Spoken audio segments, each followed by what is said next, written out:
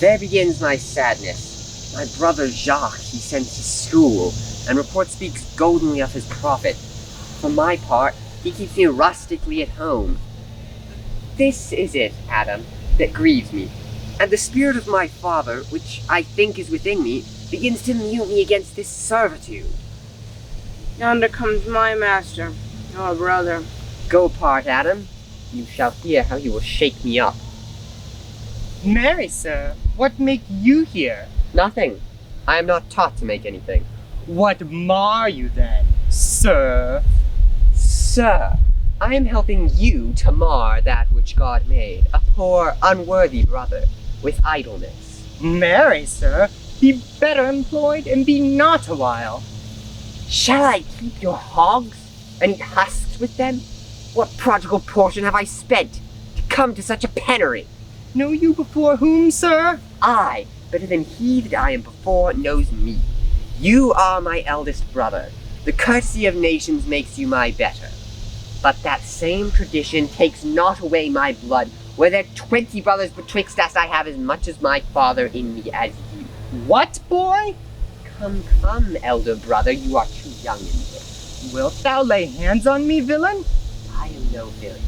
I am the youngest son of Sir Roland de Bois, and he is thrice a villain who says such a father begot villains. Say, masters, be patient. For your father's remembrance, be at accord. You shall hear me.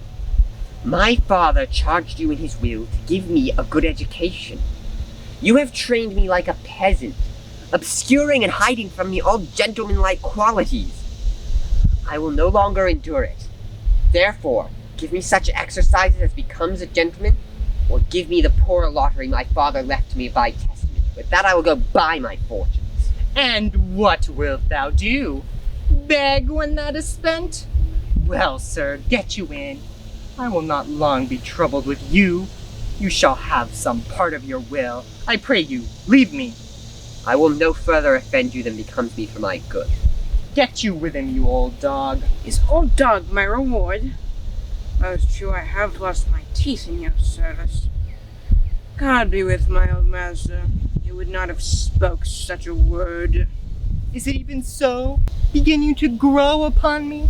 I will physic your rankness, and yet give you no 1,000 crowns neither. Holla, Denise. Calls your worship? Was not Charles, the Duchess's wrestler, here to speak with me? So please you, he is here at the door and importunes access to you. Call him in. 'Twill be a good way, and tomorrow the wrestling is. Good morrow, your worship. Good Monsieur Charles, what's the new news at the new court? There is no new news at the court, but the old news, that is, the old Duchess, has been banished by her younger sister, the new Duchess. Where will the old Duchess live? They say she is already in the forest of Arden, and a many merry gentlewoman with her. They lived like the old Robin Hood of England. Many merry gentlewomen flock to her every day, and fleet the time carelessly as they did in the golden world. What, do you wrestle tomorrow before the new Duchess? Marry, I do, sir, and I came to acquaint you with the matter. I am given, sir, secretly to understand that your younger brother, Orlando, hath a disposition to come in disguised against me to try a foil. Tomorrow, I wrestle for my credit, and he that escapes me shall acquit him well. Your brother is but young and tender, and for your love, I would be loath to foil him as I must, for my own honor, if you come in. Charles, I thank thee for thy love to me, which thou shalt find I will most kindly requite. I'll tell thee, Charles, he is the stubbornest young fellow of France, a secret and villainous contriver against me, his natural brother. Therefore use thy discretion. I had his life, though, to break his neck as his finger, for, I assure thee, and almost with tears I speak it, there's not one so young and so villainous this day living. I am heartily glad I came hither to you. Tomorrow, if he come, I'll give him his payment. If he ever go alone again, I will wrestle for prize no more. And so, God keep your worship. Farewell, good Charles. Now will I stir this gamester. I hope I shall see an end of him, for my soul, yet I know not why, hates nothing more than he. Yet he's gentle, never schooled and yet learned, full of noble device, of all sorts enchantingly beloved, and deeds so much in the heart of the world, and especially of my own people who best know him, that I am altogether misprized. But it shall not be so long. This wrestler shall clear all. Nothing remains but that I kindle this boy hither, which now I'll go about. Pray thee, Rosalind, sweet my cousin be merry. Dear Celia, unless you could teach me to forget a banished mother, you must not learn me to remember any extraordinary pleasure. Always the dullness of the fool is the whetstone of the wit. How now, wit, whither wander you? By thine honor, I was bid to come for you. Where learned you that, oh fool? Of a certain knight who swore by his honor they were good pancakes, and swore by his honor the mustard was not. Now, I will stand to it. The pancakes were not, and the mustard was good, and yet was not the knight forsworn. I'll prove you that in the great heat of your knowledge. I, Mary, no one muzzle your wisdom. Stand you both forth now. Stroke your chins and swear by your beards that I am a knave. By your beards, if we have it. Thou art. By my knavery, if I had it, then I were. But if thou swearest by that is not, you were not forsworn. No more was that knight swearing by his honor, for he never had any, or if he had, he had sworn it away before ever he saw those pancakes or that mustard. Prithee, who is it that thou meanest? One that Duchess Frederica, your mother, loves. My mother's love is enough to honor him. Enough! Speak no more of him.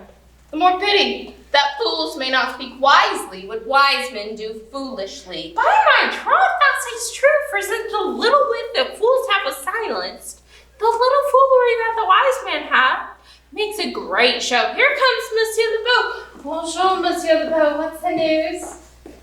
Fair princess, you have missed much good sport. I would have told you of good wrestling, which you have lost the sight of. Yet, tell us the manner of the wrestling. There comes an old man with his 3 sons. The eldest of the 3 wrestled with Charles, the Duke's wrestler, which Charles in a moment overthrew. He served the 2nd, and so the 3rd. Alas! But what is the sport, monsieur, that the ladies have lost? Why, that which I speak of. Thus, men may grow wiser every day, for it is the first time that ever I heard such fighting was sport for ladies. Or I promise thee. Shall we see this wrestling, cousin? You must if you stay here, for here is the place appointed for the tournament. How now, daughter and cousin, are you crept hither to see the tournament? Aye, my lady. So please you give us leave. You will take little delight in it. I can tell you, there is such odds in the man. Speak to him. See if you can move him. Call him hither, good Monsieur the Beau. Do so. I'll not be by. Monsieur Challenger, the princess call for you. I attend them with all respect and duty. Young man, have you challenged Charles the Wrestler? Nay, fair princess. He is the general challenger. I come but in, as others do, to try with him the strength of my youth. Young gentleman, your spirits are too bold for your years. You've seen cruel proof of this man's strength. We pray you, for your own sake, to embrace your own safety and give over this attempt. Do, young sir. I prithee, punish me not with your hard looks, wherein I confess me much guilty to deny so fair, excellent a princess anything. But let your fair eyes and gentle wishes go with me to my trial. The little strength I have, I would it were with you. Your heart's desires be with you. Come, where is this young gallant that is so desirous to lie with his mother earth? Ready, sir, but his wheel hath in it a more modest working. You shall try but one round. No, I warrant your grace. I shall not entreat him to a second that has so mightily persuaded him from a first. You mean to mock me after? You should not have mocked me before. But come, your ways. No Hercules be thy speed, young man. I would I were invisible to catch a strong fellow by the leg.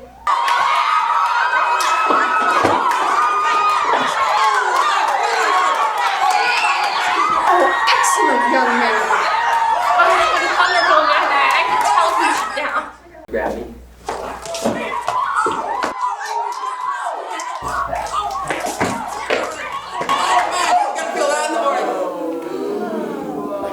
How dost thou, Charles? He cannot speak, my lady. Bear him away. What is thy name, young man? Orlando, my liege, the youngest son of Sir Roland de Bois. I would thou hadst been son to some man else. The world esteemed thy father honorable, but I did find him still mine enemy. But fare thee well, thou art a gallant youth. I would thou hadst told me of another father. Were I my mother, cuz, would I do this? My parents loved Sir Roland as their soul. Gentle cousin, let us go thank him and encourage him. My mother's rough and envious disposition sticks me at heart. Sir, you have well served. Gentlemen, wear this for me. One out of suits with fortune.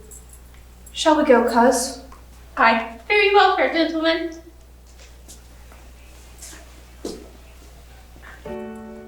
Can I not say I thank you? My better parts are all thrown down. What stands here is but a quintain, a mere lifeless block. He calls us back. My pride fell with my fortunes. Did you call, sir? Sir, you have wrestled well, and overthrown more than your enemies. Fare you well.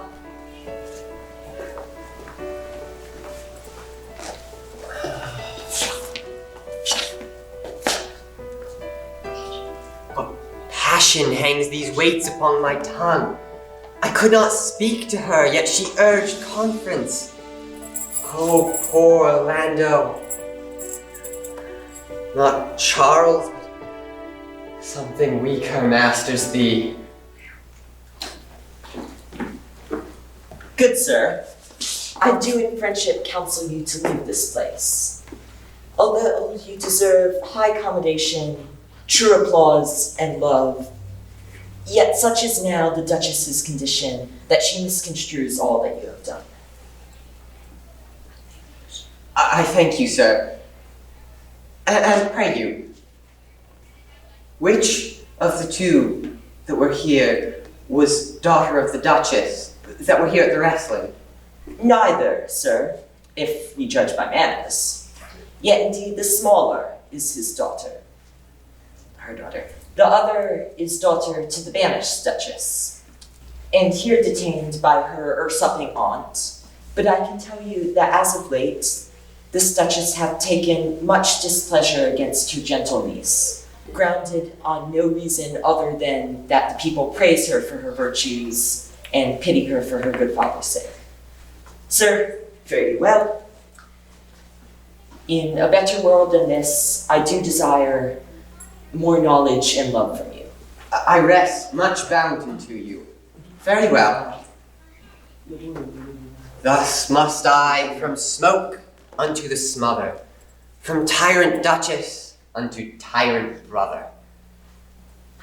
But oh, heavenly Rosalind, Oh, how full of briars this is working day world. Pampered Burr's cousin thrown upon the holiday foolery. I could shake them off my coat. These burrs are in my heart. Come, wrestle with thy affections. They take the part of a better wrestler than myself. Is it possible, on such a sudden, that you should fall into so strong a liking with old Sir Roland's youngest son? My parents loved his father dearly. Let me love him for that. Look, here comes the Duchess. With her eyes full of anger. Mistress, dispatch you with your safest haste and get you from our court. Me? Aunt? You, cousin, within these 10 days, if that thou beest found so near our public court as 20 miles, thou diest for it. Never so much as in thought unborn did I offend your highness. Thus do all traitors. Thou art thy mother's daughter. There's enough. Treason is not inherited, my lady. Dear sovereign, hear me speak. I know her. If she be a traitor, so am I. She is too subtle for thee, and her smoothness, her very silence and her patience speak to the people, and they pity her. Firm and irrevocable is my doom, which I have passed upon her. She is banished. Pronounce that sentence on me, my lady. I cannot live out of her company. You are a fool, you. Cousin, if you outstay the time upon mine honor and in the greatness of my word, you die. Whither shall we go?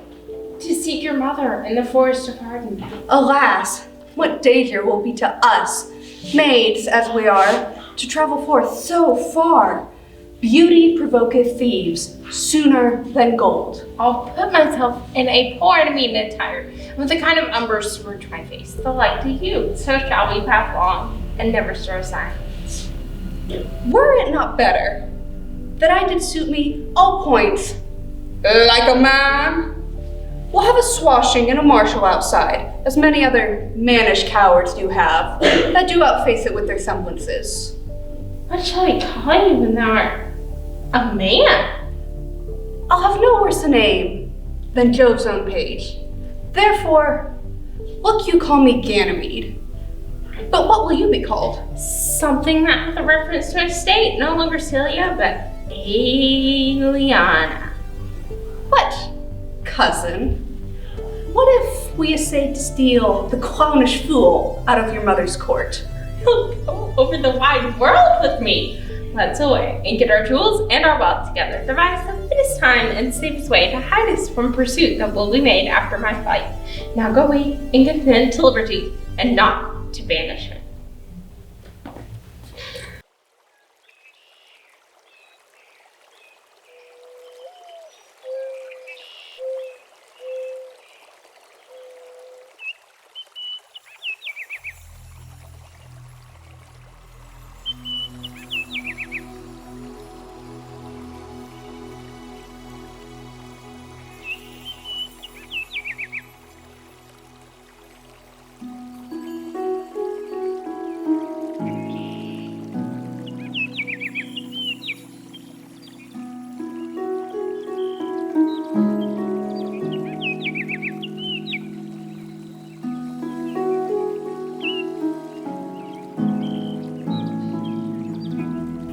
Now, my comrades and sisters in exile, have not old custom made this life more sweet than that of painted pomp? Are not these woods more free from peril than the envious court? Sweet are the uses of adversity, which, like the toad, ugly and venomous, was yet a precious jewel in his head, in this our life exempt from public haunt. Finds tongues in trees, books in the running brooks, sermons in stones, and good in everything. I would not change it. Happy is your grace. That can translate the stubbornness of fortune into so quiet and so sweet a style. Come, shall we go kill us some venison? Indeed, my lady. The melancholy Lady Jade thinks graves of that. And in that kind swears you do more usurp than doth your sister that hath banished you. Today, my lady Honor and myself did steal behind her as she lay along the road to the which place our poor supposed stag, that from the hunter's aim had tamed her, did come to land. But what's Sir Jarvis? Did you not moralize the spectacle? Oh, yes, into 1,000 sins. First, for his weeping into the needful stream. Poor dear, thought she, well marks a testament to the worldling spirit, giving my son a more to that which had too much. Another, careless herd, full of the pasture just born by her, and never stayed free. I, thought the sweetheart, citizens. And did you leave her in this contemplation? We did, my lady. Weeping and commenting upon the sobbing deer. Show me the place. I do love to cope her in these sewing fits. Well then, she's full of matter. I'll bring you to her straight.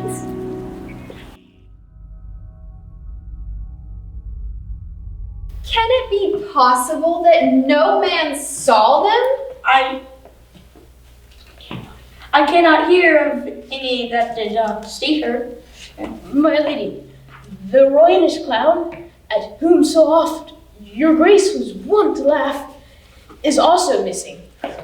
Hesperia, the princess's gentlewoman, confesses that she secretly overheard your daughter and her cousin much commend the parts and the graces of the wrestler that did but lately foil the sinewy Charles. And she believes wherever they have gone, youth is surely in their company. Send to his brother. Fetch that gallant hither. If he be absent, bring his brother to me. I'll make him find him. Do this suddenly, and let not search and inquisition quail, to bring again these foolish runaways.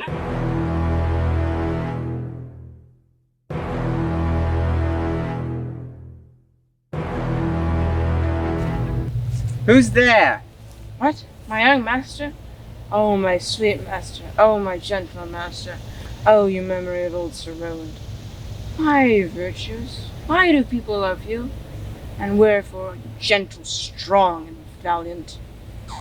Know you not your praises come too swiftly home before you? Know you not, master, to some kind of men, whom their graces serve them but as enemies?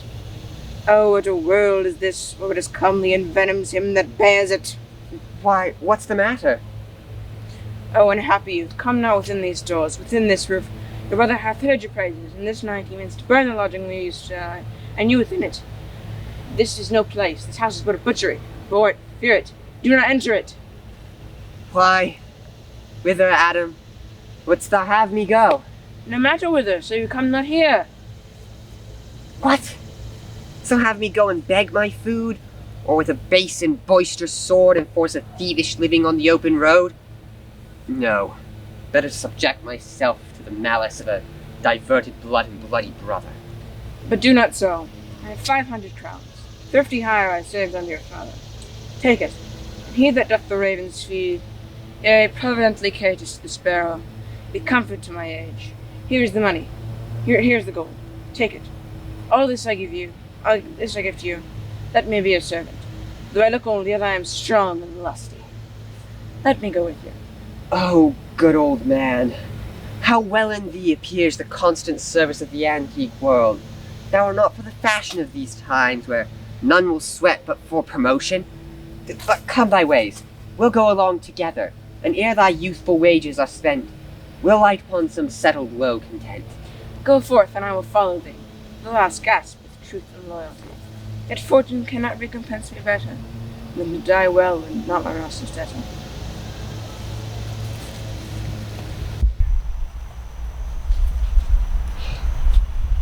Oh, Jupiter! How weary are my spirits! I care not for my spirits if my legs were not weary. I could find it in my heart to disgrace my man's apparel and to cry like a woman. But I must comfort the weaker vessel, as doublet and hose ought to show itself courageous to petticoat. Therefore, courage, good Aliana. I pray you bear with me. I cannot go no further. For my part, I'd rather bear with you than bear you. Well, this is the Forest of Arden. Aye. Now am I in Arden. The more fool I. When I was at home, I was in a better place. But travelers must be content. Aye, be so, good Touchstone. Look who comes here. A young man and an old woman in solemn talk.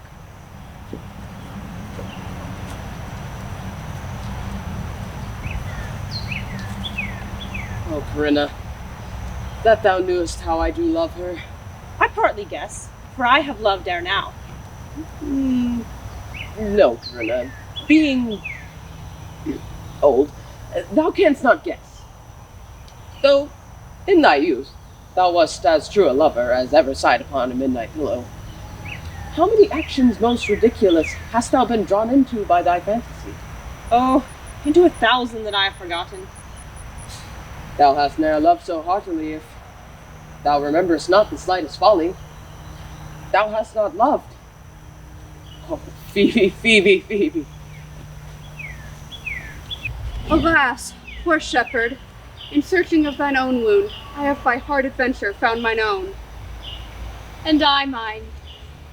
I remember when I was in love. I took 2 peas, and giving to them, said with weeping tears, "Wear these for my sake." We, that are true lovers, run into strange capers. But as all is mortal in nature, so is all nature and love mortal in folly.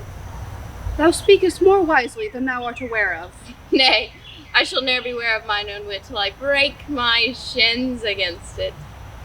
Ow! I pray you, one of you question yon woman if she for gold will give us food. I faint almost to death. Holla! You clown! Peace, fool, she's not thy kinswoman. Who calls? I pray thee, shepherdess, take us where we may rest and feed. For here's a young woman, much oppressed, and faint for succor. Fair sir, I pity her, but I am shepherdess to another man. Besides, his coat, his flocks, and bounds of feed are now on sale, and at our sheepcote now, there is nothing that you will feed on. But what is, come sing, and in my voice most welcome shall you be. We will mend my wages. I like this place, and willingly could waste my time in it. Assuredly the thing is to be sold. Go with me. If you like upon report the soil, the profit, and this kind of life, I will your very faithful feeder be, and buy it with your gold right suddenly. Dear master, I can go no further. Oh, I die for food. Here I lay down and measure out my grave. Farewell, kind master. How now, Adam? No greater heart indeed. For my sake, be comfortable. Hold death a while at arm's end. I will be with thee presently, and if I bring you not something to eat, I will give thee leave to die. But if thou diest before I come, thou art a mocker of my labor. Come, I will bear thee some shelter, and you shall not die for lack of food if there live anything in this desert. Surely, good Adam.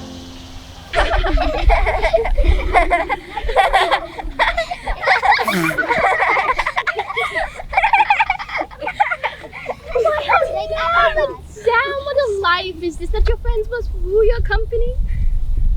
You look merry. Fool I met in the forest. Motley fool. He drew his dial from his poke, and looking on it with a lackluster eye, says very wisely, "It's 10 o'clock. Thus we may see," quoth he, "how the world wags. For 'tis but an hour ago 'twas 9, and in 1 hour more 'twill be 11. And so from hour after hour we ripe, and from hour after hour we rot and rot." Ow! thereby hangs a tale. When I did hear this motley fool thus moral on the time, my lungs began to crow like Chanticleer, that fools should be so deep contemplative, that I did laugh sans intermission. An hour by his dial. Noble fool, worthy fool. Motley's the only wear. What fool is this? A noble fool, worthy fool. Not that I were a fool. Ambitious for a motley coat. Thou shalt have one. It is my only suit. I must have liberty with all, a large a charter as the wind, to blow on whom I please. For so fools have, and those who are most galled with my folly. They must laugh. And why, lady, must they so? The why? 'Tis as plain as the way to parish church. Invest me in my motley. Give me leave to speak my mind. I will, through and through, cleanse the body of the infected world. But who comes here? Forbear, and eat no more, Why, I've eaten none yet. nor shalt not, till necessity be served. Art thou thus bolden, man, by thy distress, or else a rude despiser of good manners? The thorny point of bare distress hath taken from me the show of smooth civility. But what you have? Your gentleness shall force more than force moves us to gentleness. I almost die for food. Now let me have it. Then sit down at our table and welcome. Speak you so gently. Pardon me, I pray you. I thought all things were savage here, and therefore I put on the countenance of stern commandment.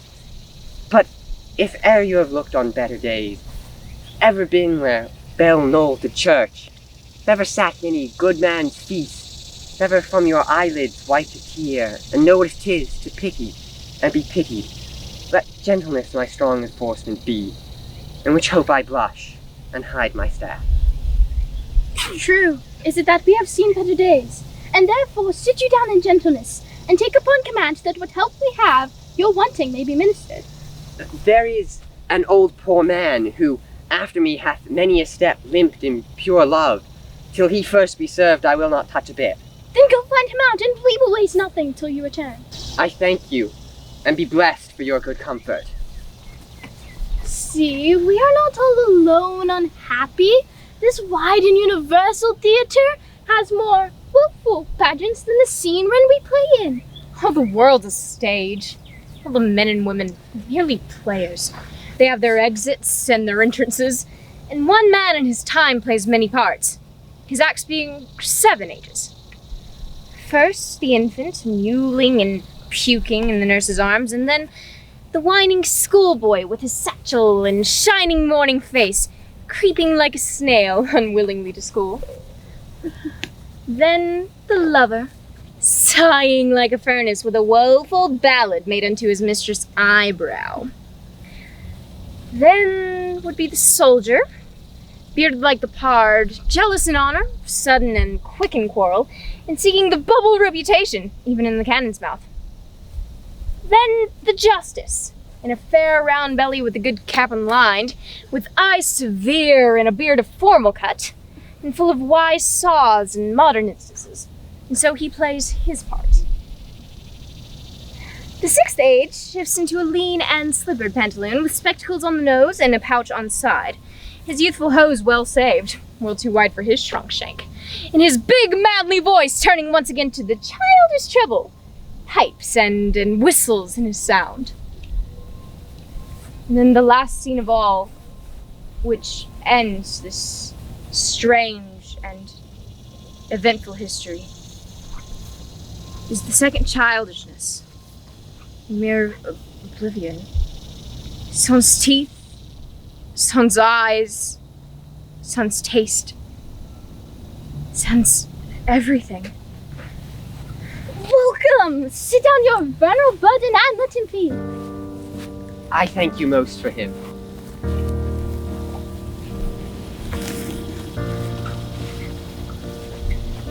Welcome.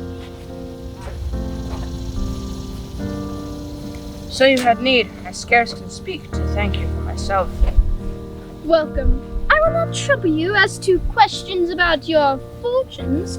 Give us some music and, good cousin, sing.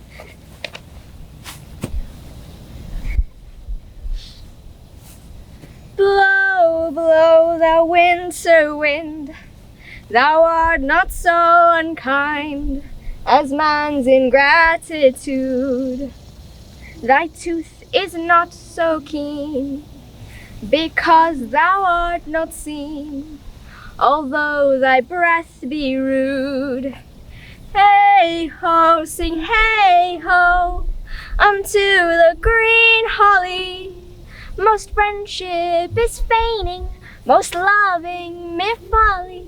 Then hey ho, the holly, this life is most jolly. Freeze, freeze, thou bitter sky, that dost not bite so nigh, as benefits forgot. Though thou the waters warp, thy sting is not so sharp, as friend remembered not. Hey ho, sing hey ho, unto the green holly. Most friendship is feigning, most loving mere folly. Then hey ho, the holly, this life is most jolly.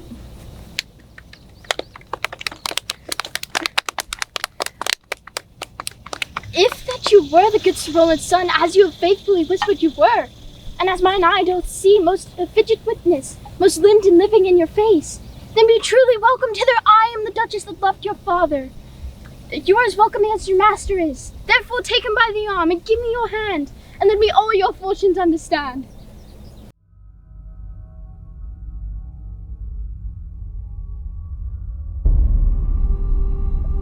Not seen him since! Sir! Sir! This cannot be! Find out thy brother, wherever he is. Seek him with candle. Bring him, dead or living, within this 12-month, or seek a living in our territory no more. Thy land and all thy things worth seizure do we seize into our hands. Oh, that your highness knew my heart in this. I never loved my brother in my life. More villain thou! Push him out of doors!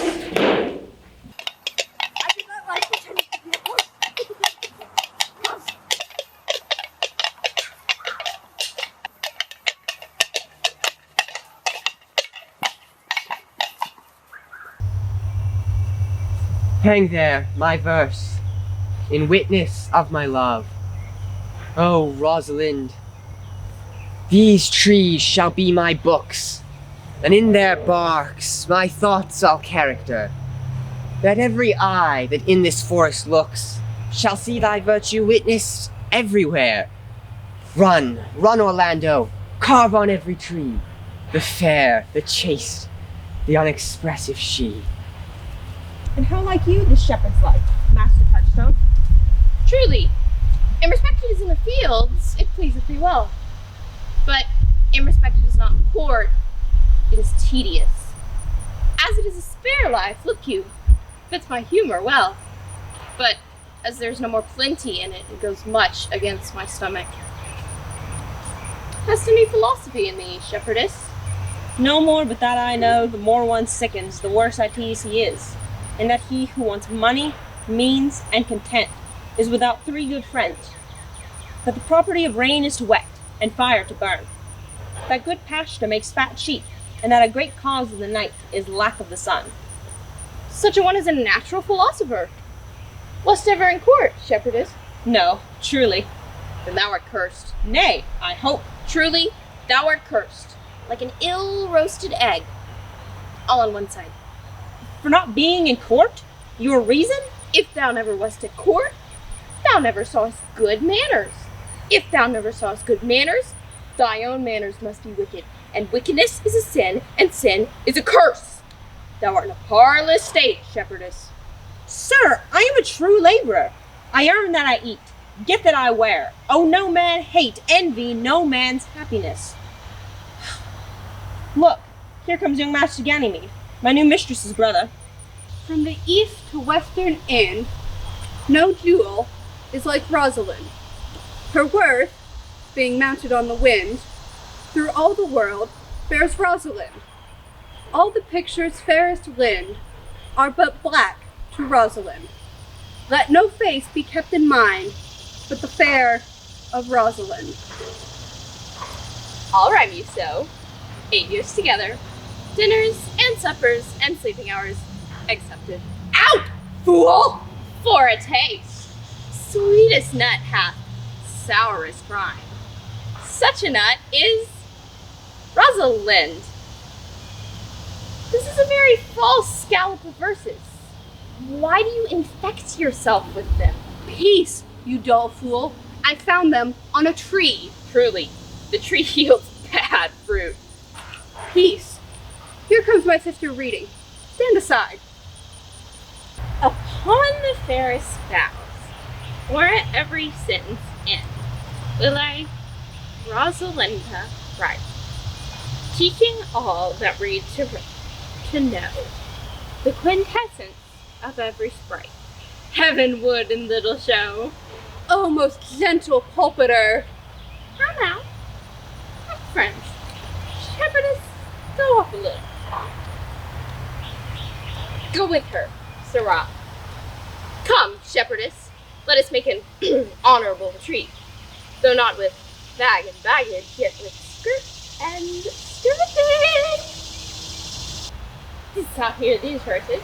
Aye, and more too, for some of them had more feet in them than the verses would bear. That's no matter, the feet might bear the verses. Aye, but the feet were lame, and could not bear themselves without the verse, and therefore stood lamely within the verse.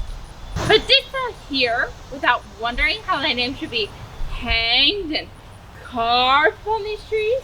I was 7 of the 9 days out of wonder before you came. For look what I found here on a palm tree. I was never so berhymed since Pythagoras' time. Trow you who hath done this. Is it a man? And a chain that you once wore about his neck. Change your color? I prithee. Who? Is it possible? Nay, I prithee now, with most petitionary vehemence, tell me who it is. Oh, wonderful, wonderful, and most wonderful, wonderful, and yet again, wonderful. And after that, out of all whooping. I prithee, take the cork out of thy mouth, that I may drink thy tidings. It is young Orlando that tripped up the wrestler's heels and her heart both in an instant. Nay, but the devil take mocking. In faith, 'cause 'tis he. Orlando? Orlando. Alas the day! What shall I do with my doublet and hose? What did he when thou sawest him? Wherein went he? How looked he? What said he? What makes he here? Did he ask for me? Where remains he? How parted he with thee, and when shalt thou see him again? Answer me in one word. You must borrow me Gargantua's mouth first. 'Tis a word too great for any mouth of this age's size. To say aye and no to these particulars is more than to answer in a catechism. But doth he know I am in this forest and in man's apparel? Looks he as freshly as he did the day he wrestled? He was furnished like a hunter. Oh, ominous. He comes to kill my heart. I would sing my song without a burden, thou bringest me out of tune. Do you not know I am a woman? When I think, I must speak. Sweet, say on. You bring me out. So, comes he not here? 'Tis he. Slink by, and note him. I thank you for your company, but this is leaving myself alone. So had I. But yet, for fashion's sake, I thank you too for your society. God be with you. Let's be as little as we can. I do desire we may be better strangers. I pray you mar no more trees with this writing love songs in our barks. I pray you mar no more of my verses with reading them ill-favoredly. Rosalind is your love's name. Yes, just. I do not like her. There was no thought of pleasing you when she was christened. What stature is she of? Just as high as my heart. You have a nimble wit. Come, sit down with me, and we will rail against our mistress the world and all our misery. I will chide no breather in this world but myself. against whom I know most faults. The worst fault you have is to be in love. 'Tis a fault I would not change for your best virtue. I am weary of you. By my troth, I was seeking for a fool when I found you. He is drowned in the brook. Look but in, and you shall see. There I shall see mine own figure. Which I take to either be a fool or a cipher. I'll tarry no longer with you. Farewell, good Signor Love. I am glad of your departure. Adieu, good Madame Melancholy. I will speak to him like a saucy lackey, and under that habit, play the knave with him. Do you hear, Forester? Very well, what would you? I pray you, what is the clock? You should ask, what time of day? There is no clock in the forest. Then there's no true lover in the forest. Out sighing every minute and groaning every hour would detect the lazy foot of time as well as clock. Where dwell you, prithee? With this shepherdess, my sister, here in the skirts of the forest, like fringe upon a petticoat. Are you native of this place? As the coney, that you see dwell where she is kindled. Your accent is something finer than one could purchase in so removed a dwelling. I have been told so of many, but indeed, an old religious uncle of mine taught me to speak, who was, in his youth, an inland man, one that knew courtship too well, for there he fell in love. I have heard him read many lectures against it, and I thank God I am not a woman, to be taught with so many giddy fences, as he has generally taxed their whole sex withal. Do you remember any of the principal charges he laid to the account of women? They were none principal. They were all like one another as halfpence are, each one fault seeming monstrous, until his fellow faults come to match it. I prithee, recount some of them. No, I will not cast away my physic, but on those that are sick. There's a man, haunts the forest, abuses our young plants with carving Rosalind on them. If I could meet that fancy monger, I would give him some good counsel, for he seems to have the quotidian of love upon him. It is I who am so love-shake. Prithee, give me your remedy. But, in good sooth, are you he that hangs verses on the trees, wherein Rosalind is so admired? I swear to thee, youth, by the white hand of Rosalind, I am that he, that unfortunate he. Love is merely a madness, yet I profess curing it by counsel. Have you ever cured any so? Yes, one, and in this manner. He was to imagine me his love, and I set him every day to woo me, at which time would I be so changeable, longing and liking, proud, inconstant, full of tears, full of smiles, that I drave my suitor from his mad humor of love into living humor of madness, which was to forswear the full stream of the world and to live in a nook merely monastic. And thus I cured him. Well, youth, I would not be cured. I would cure you if you would but call me Rosalind and come every day to my coat and woo me. Now, good youth, I will. Nay, but you must call me Rosalind. Sister, will you go? Come apace, good Audrey. I'll fetch up your goats, Audrey. And how, Audrey? Am I the man yet? Doth my simple features content you? Your features? Lord warrant is what features? When a man's verses cannot be understood, it strikes a man more dead than a great reckoning in a little room. Truly, I would the gods had made thee poetical. I do not know what poetical is. Is it honest in deed and word? Is it a true thing? No, truly. For the truest poetry is the most feigning. Do you wish then that the gods had made me poetical? I do, truly. For thou swearest to me thou wert honest. Now, if thou were a poet, I might have some hope thou didst say, but be it as it may be, I will marry thee. Well, the gods give us joy. Amen.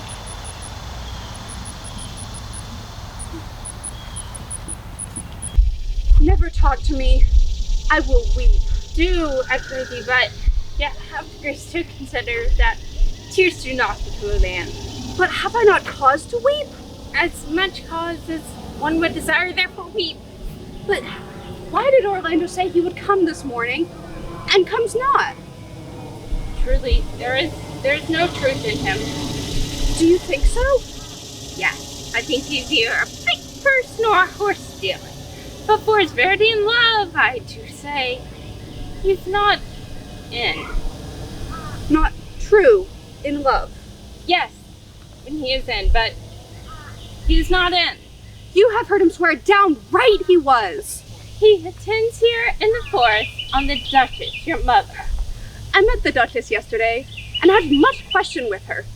She asked of what parentage I was. I said, of as good as she. So she laughed and let me go.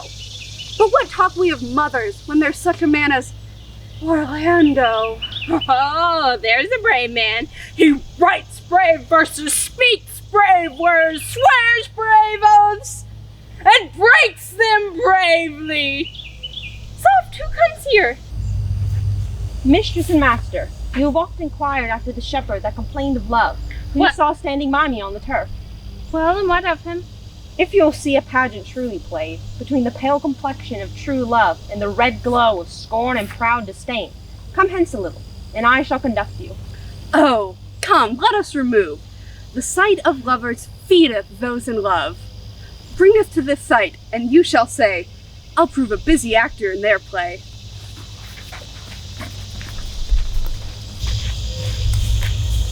Sweet Phoebe, do not scorn me. Do not, Phoebe. Say that you love me not, but say so not in bitterness like a common executioner. I would not be thine executioner. Thou tell'st me there is murder in mine eye? Now I do frown on thee with all of my heart. But now, show the wound mine eye hath made in thee, for I'm sure there is no force in eyes that can do hurt. Sweet Phoebe, if ever, as ever may be near, you meet in some fresh cheek the power of fancy, then shall you know the wounds invisible that love's keen arrows make. But till that time, come not thou near me. And when that time comes, afflict me with thy locks, but pity me not. As till that time, I shall not pity thee. And why, I pray thee? What? Though you have no beauty, but know yourself, mistress, down on your knees and thank heaven, fasting, for a good man's love. For I must tell you friendly in your ear, sell when you can, you are not for all markets. Sweet youth, I pray you chide here together, for I had rather hear you chide than this man woo. I pray thee, do not fall in love with me, for I am falser than vows made in wine. Shepherd, ply her hard. Come, sister. Shepherdess, look on him well, and be not proud. Oh, dead shepherd, now I find thyself might. Whoever loved that loved not at first sight. Phoebe, pity me. Why, I am sorry for thee, gentle Sylvius. Thou hast my love. Is not that neighborly? I would have you. Sylvius, since thou canst talk of love so well, thy company, which erst was irksome to me, I will endure, and I'll employ thee too. So holy and perfect is my love. Loose now and then at scattered smile, and that I'll live upon. Knowest thou the youth that spoke to me a while? Not very well, but I have met him oft. And he hath bought the cottage and the bounds that the old Carlot once was master of. Think not that I love him, though I ask for him. 'Tis but a peevish boy, and yet he talks well. There be some women, Sylvius, had they marked him in parcels as I did, would have gone near to fall in love with him. But, for my part, I love him not, nor hate him not. And yet have more cause to hate him than to love him. For what had he to do to chide at me? Oh, I shall write him a most taunting letter, and thou shalt bear it. Wilt thou, Sylvius? Phoebe, with all my heart. I'll write it straight, for the matter's in my head and my heart. Oh, I will be bitter with him and passing short. Go with me, Sylvius. I prithee, pretty youth, let me be better acquainted with thee. They say you are a melancholy lady. Why, 'tis good to be sad and say nothing. Why then, 'tis good to be a post. It is a melancholy of mine own, extracted from many objects, compounded of many simples, and is indeed the complete sundry of my travels, which by often reminiscence wraps me in the most humorous sadness. A traveler, by my faith, you have great reason to be sad. I fear you have sold your own lands to see other men's, and then to have seen much and to have nothing is to have rich eyes and poor hands. Well, yes, I have gained my experience. And your experience makes you sad. I had rather a fool to make me merry than experience to make me sad. And to travel for it too. Good day and happiness, dear Rosalind. Nay then, God be with you. You talk in a blank verse. Farewell, Madame Traveler. Look you lisp and wear strange suits. Disable all the benefits of your own country and be out of love with your nativity. How now, Orlando? Where have you been all this while? My fair Rosalind, I come within an hour of my promise. Nay, and you be so tardy, come no more in my sight. I had as lief to be wooed by a snail. By a snail? I of a snail. For though he comes slowly, he carries his house on his head. A better jointure, I think, than you make a woman. What would you say to me now, and I were your very, very Rosalind? I would kiss before I spoke. Nay, you were better to speak first, and when you were gravelled for lack of matter, you might take occasion to kiss. Very good orators, when they are out, they spit. And for lovers lacking, the cleanliest shift is to kiss. Am I not your Rosalind? I take some pleasure to say that you are, for I would be speaking of her. Well, in her person, I say I will not have you. Well then, in mine own person, I'll die. No, Faith. Die by attorney. The poor world is almost 6,000 years old, and in all that time, there was not any man died in his own person, videlicet in a love cause. Men have died from time to time, and worms have eaten men, but not for love. Have my right, Rosalind, be of this mind, for, I protest, her frown might kill me. Now tell me, how long would you have her after you have possessed her? Forever and a day. Say a day without the ever. No, no, Orlando. Men are April when they woo, December when they wed. Maids are May when they are maids. But the sky changes when they are wives. But will my Rosalind do so? By my life, she will do as I do. Oh, she is wise. But within these 2 hours, Rosalind, I will be with thee again. Alas, dear love, I cannot lack thee 2 hours. I must attend the Duchess at dinner. I will be with thee by 2 o'clock. By my troth, if you break one jot of your promise or come 1 minute behind the hour, I will think you the most pathetical break promise. Therefore, be aware of my censure and keep your promise. With no less religion than you were my very Rosalind. Farewell. Well, time is the old justice that examines all such offenders, and let time try. Adieu. You have simply misused our sex in your love praise. Oh, cuz, my pretty little cuz, that thou didst know how many fathom deep I am in love. But it cannot be sounded. My affection hath an unknown bottom, like the Bay of Portugal. Rather bottomless, for as fast as you pour affection in, it runs out. We shall find a time, Audrey. Patience, gentle Audrey. But, Audrey, there is a youth here in the forest. Lays claim to you. I know who 'tis. He hath no interest in me in the world. Here comes the man you mean. Good evening, Audrey. Roddy, good evening, William. And good evening to you. Sir, good evening, gentle friend. What's thy name? William. William. Sir? Art rich? Great, sir. So. So is good.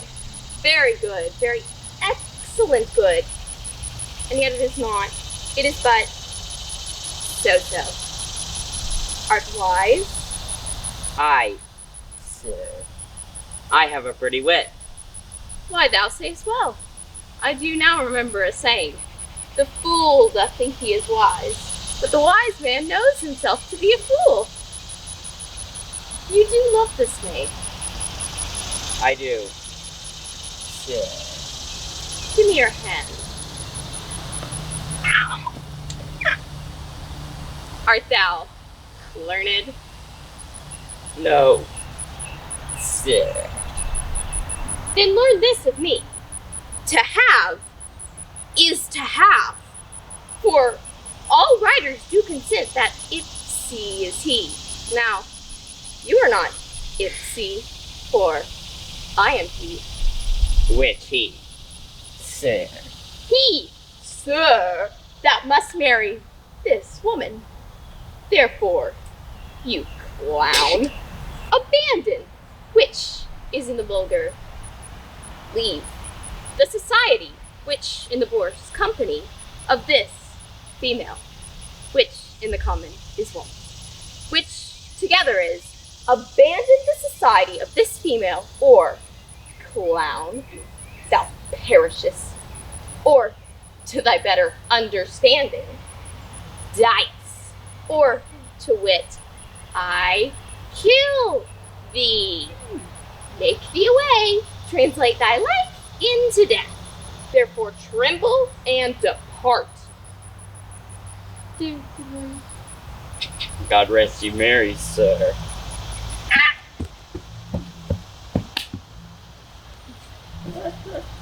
How say you now? Is it not past 2 o'clock? And here much Orlando. I warrant you, with pure love and a troubled brain. He has taken his bow and arrows and gone forth to sleep. Look who comes here. My gentle Phoebe did bid me give you this.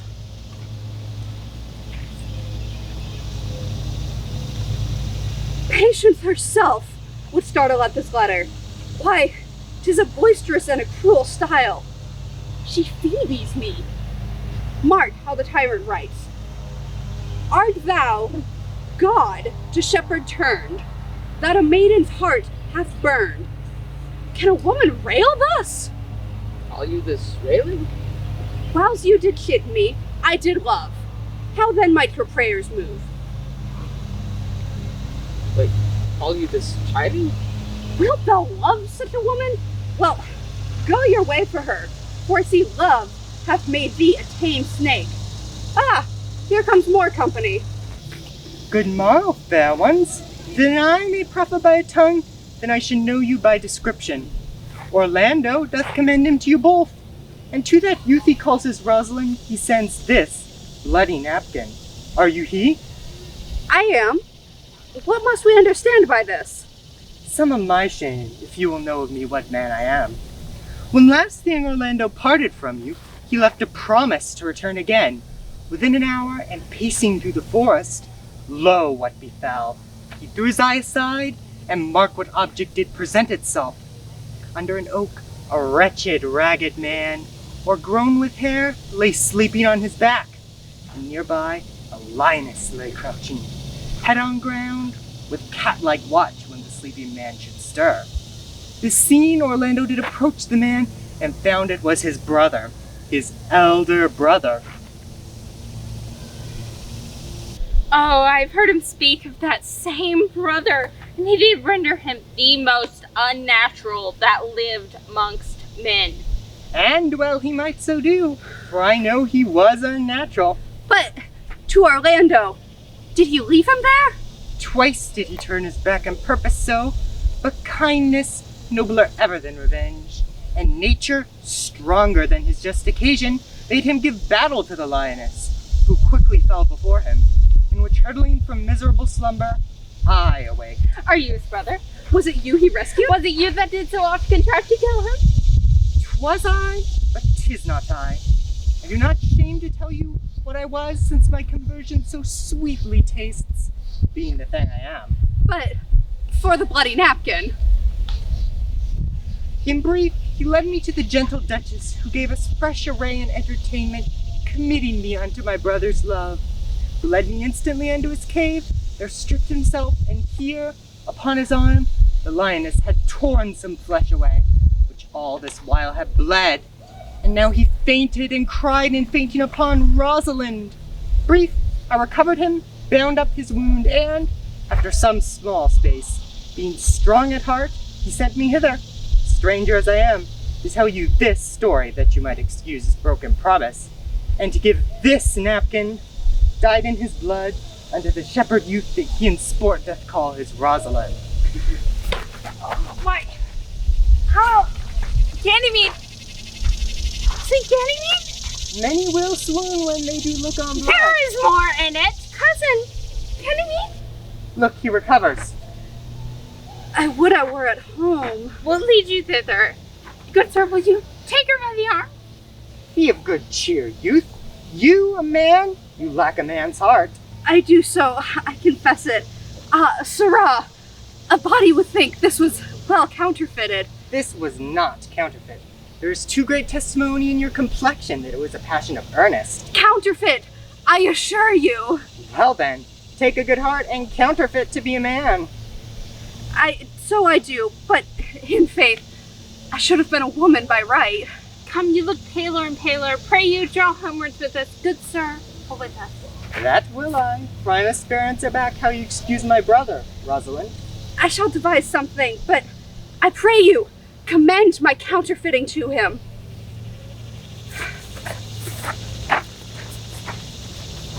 Is it possible that on so little acquaintance you should like her, that but seeing you should love her, and loving woo, and wooing she should grant? And will you persevere to enjoy her? Call not the giddiness of it in question, the poverty of her, the small acquaintance, my sudden wooing, nor her sudden consenting, but say with me, I love Helena. Say with her that she loves me. Consent with both. It shall be to your good. From my father's house and all the revenue that was old Sir Rowland's will, do I estate upon you, and here live and die a shepherd. You have my consent.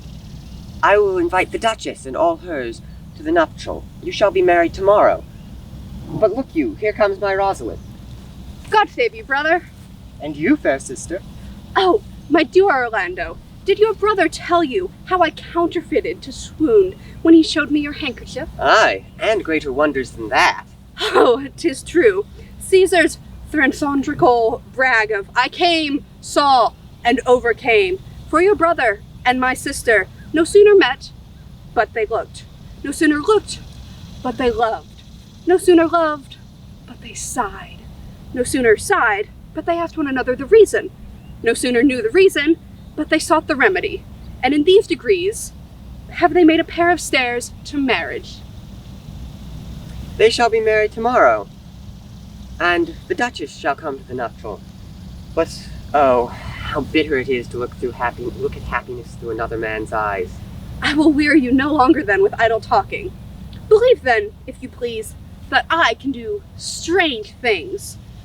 If you do love Rosalind so near the heart as your nature cries it out, then when your brother marries Eliana, so you will marry her. It is not impossible for me to set her before your eyes tomorrow, human as she is, and without any danger. Speakest thou in sober meaning? By my life, I do. Therefore, put you in your best array. For if you will be married tomorrow, you shall. Ah, here comes a lover of mine, and a lover of hers. You have done me much ungentleness to show the letter that I writ to you. I care not if I have. You are followed there by a faithful shepherd. Look upon him. Love him. He worships you. Shepherd, tell this youth what 'tis to love. It is all to be made of sighs and tears, and so am I for Phoebe. And I for Ganymede. And I for Rosalind. And I for no woman. It is all to be made of faith and service, and so am I for Phoebe. And I for Ganymede. And so am I for Rosalind. And I for no woman.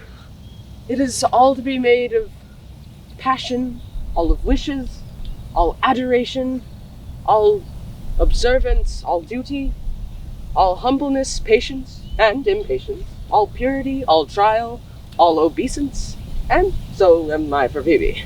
And I for Ganymede. And so am I for Rosalind. And so am I for no woman. Okay, we get it. If what you say is true, then why blame you me to love you? If what you say is true, why blame you me to love you? Who do you speak to? Why blame you to love me? To her that is not here, nor doth not hear. Pray you, no more of this. 'Tis like the howling of Irish wolves against the moon. I will help you, if I can. I would love you, if I could. Tomorrow, meet me all together. I will marry you, if ever I marry woman. And I'll be married tomorrow. I will satisfy you, if ever I satisfy man. And you shall be married tomorrow. I will content you, if what pleases you contents you. And you shall be married tomorrow. As you love Rosalind, meet. As you love Phoebe, meet. And as I love no woman, I'll meet. So fare you well. I have left you commands. I'll not fail if I live. Nor I. Nor I. Dost thou believe, Orlando, that the boy can do all that he hath promised? I sometimes do believe, and then sometimes do not. As one fears they hope, and knows they fear. You say that if I bring in Rosalind, you'll bestow her upon Orlando here? That would I. I've kingdoms to give with her. And you say you'll have her when I bring her? That would I, were I of all kingdoms king. You say you'll marry me if I be willing? That's what I shall I die the hour after. But if you refuse to marry me, you'll give yourself to this most faithful shepherd? So is the bargain? You say you'll have Phoebe, if she will? Though to have her and death were both one thing. I've promised to make all this matter even. Hence I go. I do remember in the shepherd boy some lively touches of my daughter's favor. My lady, when I first saw this boy, methought he was brother to your daughter. But this lad is forest born, and hath been tutored in the rudiments of many desperate studies by a religious uncle, which he claims to be a great magician enclosed somewhere within the circles of these forests. There's sure another flood toward, and all these couples are coming to the ark. Here comes a pair of very strange beasts, which in all tongues are called fools. Greetings and salutations to you all. Good my lady, bid him welcome. This is the motley-minded gentleman that I have oft seen in the forest. He hath been a courtier, he swears. If any man doubt that, let him put me to my purgation. I have trod a measure. I have flattered a lady. I have been politic with my friend, smooth with mine enemy. I have undone 3 tailors. I have had 4 quarrels, and like to have fought one. And how, pray, was that taken up? Upon a lie, 7 times removed. Can you nominate now the degrees of the lie?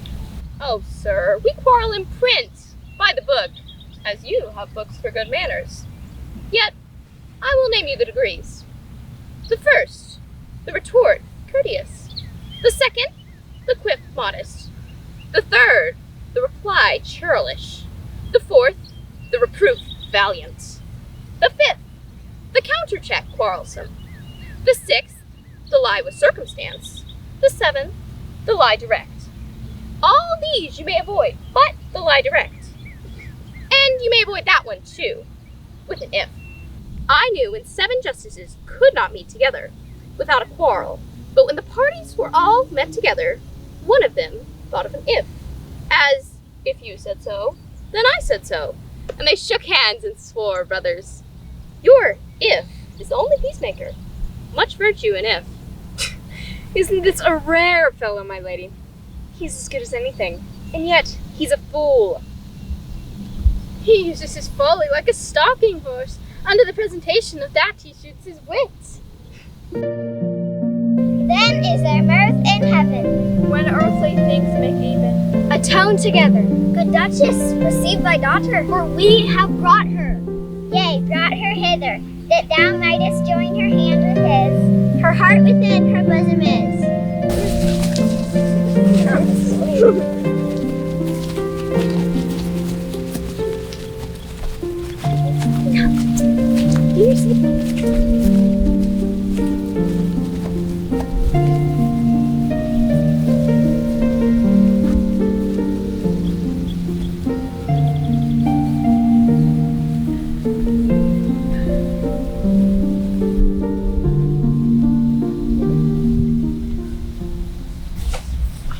To you I give myself, for I am yours. To you I give myself, for I am yours. If there be truth in my sight, you are my Rosalind. There be truth in sight. You are my Rosalind. If sight and shape be true, why hence my lava too? I'll have no mother, if you be not she. I'll have no husband, if you be not he. Nor ne'er wed woman, if you be not she. Oh, my dear niece, welcome thou art to me. Even daughter, in no less degree. Let me have audience for a word or two. I am the second son of Sir Roland that brings tidings to this fair assembly today. Duchess Frederica, hearing how every day women of great worth resorted to the forest and addressed a mighty power which were on foot, in her own conduct, purposely to take her sister there and put her to the sword. And to the skirts of this wild wood she came, where meeting with an old religious man, was converted, both from her enterprise and from the world. Her crown bequeatheth to her banished sister, and all their lands restored to them that were with her exiled. This to be true, I do engage my life. Welcome, young man, thou offers fairly to thy brother's wedding. First in this forest let us do those ends, that boil's begun and will be got. And on this happy number, those who have endured shrewd days with us, and nights, shall have the good of our returned fortunes. Play music, brides and bridegrooms all, with measures heaped in joy to measures fall.